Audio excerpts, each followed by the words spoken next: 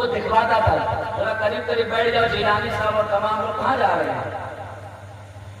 بیٹھ جائیں وقت بعد پھر کبھی انشاءاللہ تعالیٰ چلے جانا تھوڑا بس کچھ ہی منٹ کی گفتگو کرنا ہے کیوں آپ لوگ ایسا کرتے بیٹھ جائیں درود پاک پڑھ لیجیے اللہم صلی علی سیدنا اللہم صلی علی سیدنا سفینا مولانا محمد وبارک وسلم صلاۃ والسلام علیک یا رسول اللہ صلی اللہ تعالی یہ آپ لوگوں سے بڑی محبت ہے اس لیے میں بار بار کہتا ہوں مجھے نیوری سے بڑی محبت ملتی ہے نیوری میں جب آتا ہوں یہ ذکر کرنے انشاءاللہ بڑی محبت ملتی ہے یزید جو ہے یزید زنا کرتا بات رکھنے ذہن میں یزید زنا کرتا تھا یزید زنا کرواتا تھا یزید جوا کھیلتا تھا یزید جوا کھلواتا تھا بندر مارتا تھا اور بندروں کا ناش کھلواتا تھا اور کتوں کا بھی ناش کرواتا تھا اسی یہیں پر حد نہیں کیا وہ کہتا تھا کہ میرے رسول پاک کی شریعت میں محرمات کے ساتھ نکاح جائز نہیں ہے محرمات سے مراد خالہ پھوپھی مساسمہ اسی طریقے سے جس کے ساتھ بھتیجی اور اسی طریقے سے خالہ زاد وہی معاملہ جو ہے اس طریقے سے جس کے ساتھ نکاح ناجائز حرام ہے وہ کہتا تھا پھوپھیوں کے ساتھ نکاح کر سکتے ہو خالہوں کے ساتھ نکاح کر سکتے ہو حتیٰ کتنا برا وہ شخص تھا کہ اللہ اکبر وہ سوتیلی ماؤں کے ساتھ بدکاری کرتا تھا مجھ پر اس زبان پر ہمت نہیں وہ کتنا گند تھا کتنا گندگی اس کے اندر بھری پڑی تھی جو اللہ اکبر اپنی سوتیلی ماؤں کے ساتھ اس طریقے کے یعنی گندے معاملات کرتے تھے اور پھر یہیں تک کے معاملات انہوں نے نہیں کیا اللہ اکبر سیدہ عائشہ پاک سلام اللہ علیہا جو مومنوں کی ماں ہے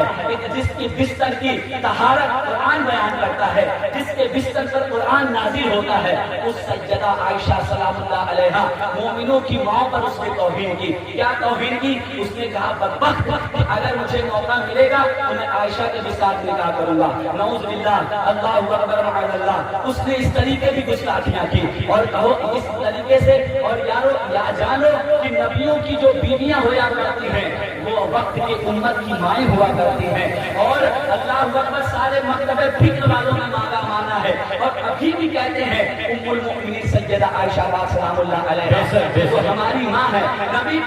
کبھی مردہ ہوتا ہی نہیں ہے نبی زندہ ہے اور قبر میں انہیں ان کا رزق دیا جاتا ہے اس لیے وہ زندہ ہے اس بیوی کے ساتھ اس عورت کے ساتھ نکاح جائز ہے اللہ اکبر دوسرا جب اس کا شوہر مر جائے یا انتقال ہو جائے پھر جا کر کے اس کا نکاح ہوتا ہے لیکن یہ بدبخت کتنا پلیت تھا یزید پھر آگے بات سنیے یہیں پر بس نہیں یزید کتنا گندا ہے اس نے حتیٰ کہ میں آپ کو اور ایک بات یہ کہہ کر اپنی گفتگو شروع اور کر رہا ہوں سننے والوں کی بارگاہ میں یہ گزارش جتنی گفتگو کر رہا ہوں میں بڑی ذمہ داری کے ساتھ کر رہا ہوں حوالہ بحوالہ صفحہ کتب سب دکھا سکتا ہوں اگر کوئی پوچھنے کے قابل نہ ہے اور اس وجہ سے میرے پاس اگر آئے پوچھنے کہ حضرت یہ کہاں لکھا ہوا ہے تو اس شرط کے ساتھ آنا آئے گا اس کو یہ نیت لے کر آئے گا کہ انشاءاللہ تعالیٰ میں بد مذہبیت سے توبہ کر کے حق والے مذہب کو قبول کروں گا انشاءاللہ تعالیٰ پھر یہ میری طرف اس کے پاس اجازت ہے کہ میرے پاس آئے اپنی ساری گفتگو کو میں ذمہ دار ہوں حوالے کے ساتھ سارے کتب میں دکھاؤں گا اس لیے بات آگے بڑھے وہ یہاں تک کیا کہ وہ کہا کہ میں ان کے ساتھ اس طریقے سے کیا کروں پھر نبی پاک صلی اللہ علیہ وسلم کی نبوت کا بھی اس نے انکار کر دیا معاذ اللہ اور پھر یہیں تک نہیں کیا یہ تو پھر کربلا میں جو اس نے توہین کی ہی آل نبی کے ساتھ اس نے مسجد نبوی میں 3 دن تک اپنے گھوڑے مسجد منبر رسول کے ساتھ گھوڑے باندھ کر رکھے مصلی مصطفیٰ جہاں مصطفیٰ جان رحمت اپنی نماز پڑھایا کرتے تھے اس مصلی پر گھوڑوں کو باندھ کر گوبر لید کروایا 3 دن تک مسجد نبوی میں اذان و اقامت نہیں ہوئی اتنا پلید تھا وہ اور پھر یہیں تک بس نہیں کیا کعبہ پر جب اس نے حرمتی بے حرمتی کیا کعبہ کے غلاف کو جلوا دیا جو حضرت ابراہیم علیہ السلام کو اسماعیل علیہ السلام کو قربانی کرتے وقت جو جنت سے دمبا آیا تھا اس کی سینگ کعبہ کی چھت پر رکھی ہوئی تھی